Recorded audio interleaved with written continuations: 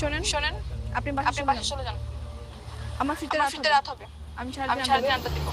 এসব এসব তুমি কি বলতেছো? গতকাল আমাদের বিয়ে হয়েছে, আর আজ সারাদিন তুমি বাইরে থাকবে? হ্যাঁ, তো সমস্যা কোথায়? আপনি এক কাজ করতে পারেন, আপনার ফ্রেন্ডের সঙ্গে গিয়ে আড্ডা দেন। সন্ধ্যা হলে না হয় একসঙ্গে ফিরবো। আর বাসা থেকে ফোন দিলে বলবেন আমরা সঙ্গে আছি। মিথ্যা বল? হ্যাঁ বলবেন। চলে যান।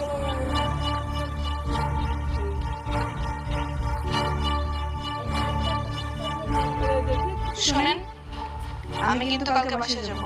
আমাকে বাসায় নিয়ে আসবেন। বাসায় যাবে নাকি বাইরে কোথাও ফ্রেন্ডের সাথে আড্ডা দিবে? যেখানে যেই যাব।